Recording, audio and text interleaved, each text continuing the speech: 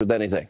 Joining us now, author of #1 New York Times bestseller, The Russian Hoax, The Illicit Scheme to Clear Hillary Clinton, Frame Donald Trump, Fox News legal analyst Greg Jarrett, and Fox News investigative reporter and contributor Sarah Carter. Sarah, we'll start with the news as we always do, then we'll get Greg's analysis.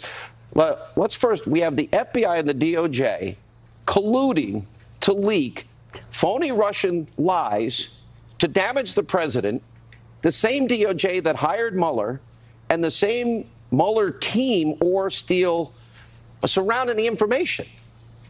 Now, Sean, I think these are some of the most important documents and important text messages to come out yet, because what they show is that the DOJ and the FBI high-level senior officials were working hand in hand together to leak information on a counterintelligence investigation. They basically confirmed an ongoing investigation.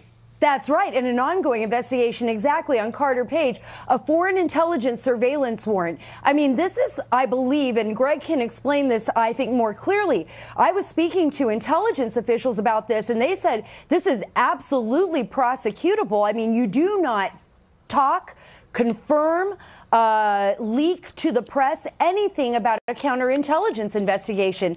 I think this is going to be very important moving forward, and I think this is a main reason why the president needs to declassify the rest of the documents that you just spoke about, the FISA documents, as well as the Bruce Orr 302s. Those are his interviews with the FBI. And whatever, and as sources have told me, Strzok and Page communications that haven't been released.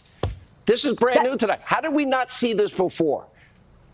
Because they were withholding the information. The Department of Justice is withholding that information, and it trickles out slowly to Congress because Congress has been fighting over and over for these documents. Just think how many more documents we haven't seen, Sean.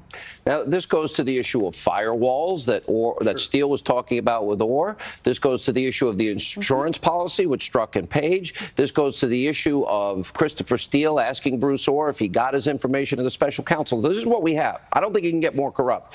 You have the FBI and the DOJ. DOJ is running this investigation, supposedly, colluding to leak what we now know to be lies to the American people to hurt the president. That's right. The same DOJ hired Mueller, and Steele is feeding information through Bruce Orr to Mueller vis-a-vis Weissman. It's the definition of corruption. If there was ever any doubt that Comey's FBI and Obama's Department of Justice were engaged in an illicit and illegal scheme to frame Donald Trump, this should erase any doubt. And they're bragging about it in their text messages. They were using deliberately, knowingly, willfully false information that they were peddling, in this case, to the Washington Post, which is so biased and gullible they swallowed it hook, line, and sinker. And then afterwards, they're bragging about it to each other. When you get Orr and McCabe and Page and Strzok and Steele, and then you look at they don't want to be exposed. Steele didn't want to be exposed. And the firewalls, and they're leaking to the special counsel. I'm thinking we now know what the insurance policy is. These are the five hating, the five Their big Trump haters. Policy in the event that Hillary Clinton lost the election. And this is post-election in April of 2017. Exactly. Was to frame Donald Trump and undo the decision of American voters, undo the election results. With lies. That's right. And it's a violation of federal felony statutes, most notably abuse of power. You are not allowed to use your public office to interfere or disrupt with somebody's constitutional rights, the rights to privacy. Carter Page, for example, and the president of the United States peddling a false story that they knew was fabricated. At this point in time in April of 2017, this is Rod Rosenstein's Department of Justice. Jeff Sessions is recusing. And now he has a special counsel, but he's got another little problem, is that he's up to his eyeballs in all of this. He appointed the special counsel, and he himself signed the fourth FISA warrant, the third renewal application. Actually, Sean, it was the fourth renewal application, and he knew everything, or he should have known everything that happened prior to that. So the first three applications, those first three renewals that went over and over again until he finally got it, had all the information backlogged, all the information that the FBI would have had, Peter Strzok. So Rod Rosenstein, this is Rosenstein's FISA, and he should have known And I think that is why the DOJ and the FBI are fighting so hard not to declassify the information. Those 302s by Bruce Ohr, all of that information that's contained in those interviews will show that they withheld exculpatory information from the FISC courts. When they get those 302s and they compare them to the application warrant, I think all of our answers will come out. And I've also been told it's going to be explosive. A lot of people could be subject to prosecution, including all the individuals, Rod Rosenstein, James Comey, Sally Yates, Andrew McCabe, who deceived the court, perpetrated a fraud on the court deliberately. Do you realize that what we have here is that they are leaking, the Department of Justice coordinating leaks of unverified information and Russian lies to the American people? That's right. And yet they refuse to answer those same questions when Congress asks them. All right. Thank you both. Now, the man at the center of all this, Carter Page, he'll weigh in on tonight's breaking news. Also, Ed Henry and much more straight ahead. Lawmakers are now pushing for President Trump to declassify FISA documents that led to the government spying on former Trump campaign advisor Carter Page, who will join us in a second. Joining us now with more first is Fox News chief national correspondent Ed Henry. Ed. Sean, great to see you. That's right. House Republicans are renewing their push for the president to declassify a whole series of key documents after receiving a batch of new text messages from the FBI and the Justice Department that raised new questions about anti-Trump bias. In particular, Republican Mark Meadows firing off a letter to the Deputy Attorney General, Rod Rosenstein, about these new texts suggesting there was a coordinated effort by FBI and DOJ officials to leak damaging information about the president and some of his advisors to keep the Russia investigation alive. In particular, an April 10th, 2017 text exchange between FBI officials Peter Strzok and Lisa Page suggest they had what they called a media leak strategy. The following day, the Washington Post published a story about FISA's surveillance of former Trump campaign advisor Carter Page. Then on April 12th, Strzok congratulated his colleague over two negative articles about Carter Page, saying that one was worse than the other for the Trump team. Strzok adding, quote, "well done."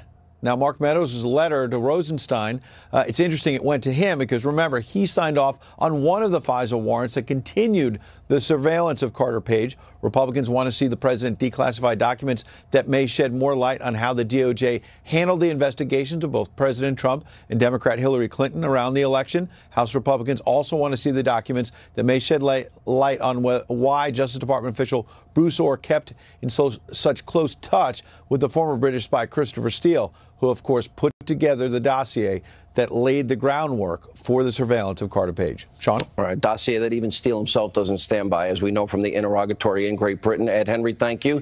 Here now with an exclusive interview reaction is former Trump campaign associate. He is at the very center of tonight's breaking news, the FISA abuse scandal. Carter Page, great to see you, sir. Just to remind people, when you were on with me last time, you traveled to Russia and other places, and when you came back, they often debriefed you. Very often, yeah. And you cooperated with your FBI because you're a patriot? Throughout my life, yeah. And with the CIA and other agencies? Mm-hmm. And so they considered you a friend? I always thought they did, yeah. Yeah. Well, you're at the heart of all of this. The, quote, media leak strategy, which was on April the 10th, 2017, Strzok and Page communicating with each other. Then it leaks the next day, the 11th, in the Washington Post. Then Strzok is congratulating Page for a job well done with two derogatory articles about you. That's the FBI and the DOJ coordinating against you to leak in an ongoing investigation. Your reaction? You know, Sean, Tom Fitton, I think, said it best on your show and, you know, going back weeks. It's not about me. They're just trying to get to the Trump administration, the Trump campaign. This is just a way of tearing down all the great things that President Trump is doing. Well, let's be honest here, though. I mean, this is about your name, your reputation, your life, and it's an ongoing investigation. You just heard what Sarah Carter said. 302s are released. The unredacted portions of the FISA released. You are going to be exonerated with exculpatory evidence withheld. Let's assume Sarah's right, considering she hasn't been wrong yet. What would that mean to you? Well, Sean, I just remember 6 years ago tonight, my good friend Chris Stevens lost his life in a very similar situation. Benghazi. Where these people in Washington, there's no concern about his safety, and they're very much worried about their narrative for the media. That's the focus. Has nothing to do with safety. They're just focused on their own spin for their own personal gratification. A systemic culture of media leaking by high-ranking officials at the FBI and DOJ related to ongoing investigations. That's what we're talking about, and you're in the center of it. My mother was a prison guard. My dad was family court probation. I had more people in the NYPD. The two people we referred to as deity were FBI guys. We're not talking about the FBI. We're talking about a few people in the FBI and the DOJ that abused their power and basically used you as the single person to go out there to get the president. Do you have any doubt they're trying to get the president now? Oh, there's no doubt whatsoever. When you spoke to these people, now, interestingly, you haven't been indicted. Of course not. Are they talking to you anymore? I haven't talked to anyone from the U.S. government this year, other than the people in the DOJ, where I was, I have my case against the U.S. government, but and they keep, similar to the FISA court, Southern District of New York keeps giving these false testimonies to the about court. You.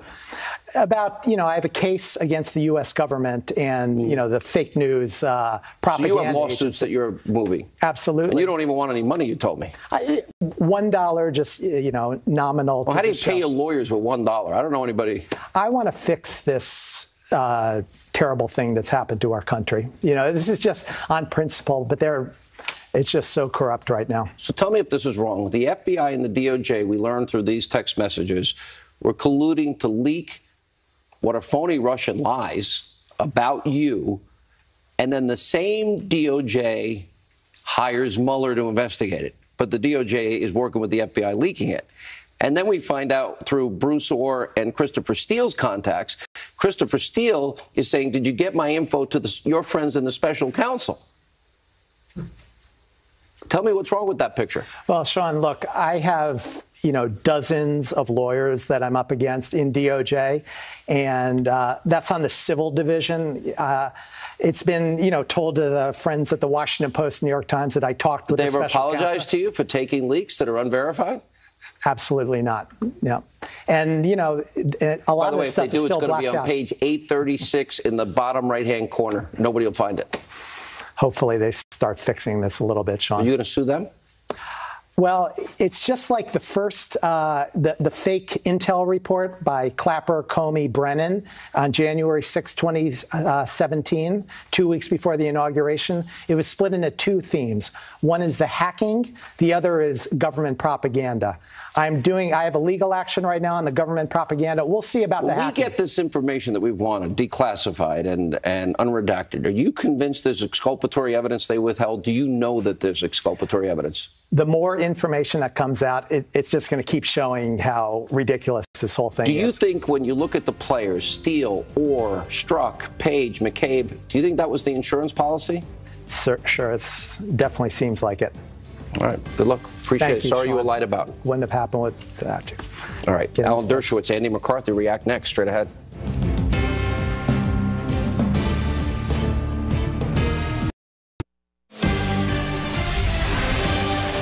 All right, here with reaction to my interview with Carter Page, author of best-selling book, New York Times, The Case Against Impeaching Trump, Harvard Law professor. Alan Dershowitz is with us, also Fox News contributor Andy McCarthy. It comes down to this. Both of you, I know, are good people. I know, Andy, your work in the Southern District of New York. I know where you stand on indicting a ham sandwich and criminalizing political differences, Professor Dershowitz. But when you have the upper echelon of the FBI and the DOJ coordinating leaks that turn out, Professor, to be untrue in an ongoing investigation, at what point do people get held accountable for this? Well, this is a very serious problem. We have too many leaks. Many of them are unlawful. Many of them are in violation of the laws and the rules. And we have too little disclosure of allegedly classified material and exculpatory information. They have it backwards. They should be disclosing this material that they claim is classified, 95% of it designed to protect people, not to protect national security. And they must reveal exculpatory material. But they should never be leaking. And the tragedy is that the former head of the FBI, James Comey, gave permission to leak when he leaked material and laundered it through a Columbia law professor. That put the green light to many people in saying, hey, if the head of the FBI can leak, why can't we? What about the coordination, the FBI and the DOJ? You know, they even say it, Andy, media leak strategy. Then they leak. And then they, the job well done on 2 derogatory articles about the guy we just had on. Now, maybe a lot of people don't have empathy, Sean, but I don't want to be leaked about by the FBI and the DOJ, and I don't think either one of you do.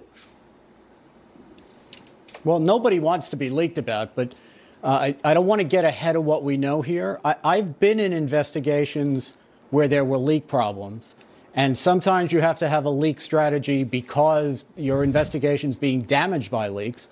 Other times, you have what I regard as a corrupt endeavor by government officials to intentionally leak information in order to, as they say, tickle the wires. That is to say, you have people who are under surveillance, you put information out in the media, and you see how they react, who they speak to, et cetera.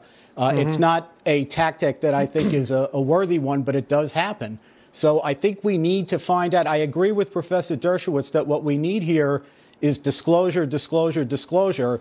But I don't want to pounce on what we don't know yet, because we don't know what we have 2 leak text strategy messages means. that talk about a media leak strategy, and then they're congratulating each other over leaking about Carter Page and talking about further leaks. Let me ask this, Professor, because there's a big question the president now is going to have to answer. And I have not seen them, but I hear if he declassifies and sends out unredacted FISA applications, the 302s that Sarah Carter says has exculpatory evidence in there that they withheld, the Gang of 8 material, all of the Page-struck emails and texts, that it will be explosive and it'll show corruption at the highest levels. More people, my sources, each one has said it's at least a 9 or a 10 out of 10 in terms of corruption exposure. Well, I think, first of all, sunlight is the best disinfectant, as Justice Brandeis said. And so we ought to see all of this information. The public ought to have the opportunity to judge. The media ought to be able to assess it. It ought to be put in context. Let's see what there is. Let's not have selective disclosures, either by Republicans or Democrats, which help their narrative. Let's disclose everything we can, unless it really raises serious issues of national security. By the way, you sound like Spartacus. Put it out. You sound like Spartacus now. Well, no, but in all seriousness, yeah, you're right. And Andy, would you call for the release of this information? There is an issue on that side too. I mean, we shouldn't be withholding material about Kavanaugh either. I think what's good for the goose is good for the gander. It has to come out on all sides. I'm not disagreeing, but Kavanaugh, in fairness, they released more documents than the 5 previous nominees. But go ahead, Andy. Not enough, though. Yeah, I would say not just on Republicans and Democrats, but not by the FBI and the intelligence community. The big problem you have when you have a government that leaks is that it cherry picks leaks so that it presents you a version of events that may not be reality. We specifically... Of course, he should have done it the first day in office. The president has the power to declassify, but he should do it not politically. He shouldn't do it to serve his interests or the interest of his party, but the interests of full disclosure and the American citizens' ability to read for themselves. You know, when we hold information back, we insult the American public, and they have a right to see it. That's what democracy is all about. You can't have democracy without information, and so we need more disclosure and fewer leaks. Last word, Andy. 2 years. It's 2 years. Put it out. 2 years. Yeah. Is Rod Rosenstein conflicted in this, considering now it was his DOJ, FBI, and they're the ones now that we find out they have people leaking, and then he's appointing Mueller, and he signed the last FISA warrant? Is he conflicted? He is so conflicted. He is so conflicted, even beside the fact that he's a potential witness in the case. Bingo. He has become a player in this case rather than the objective, neutral chief prosecutor. You agree with that, Andy? I do, and I think his memo, his August 2nd memo, which is roughly contemporaneous with the FISA warrant that he signed, also should be unsealed and revealed. All right, thank you both. Right. The house of cards is about to fall. When we come back, the latest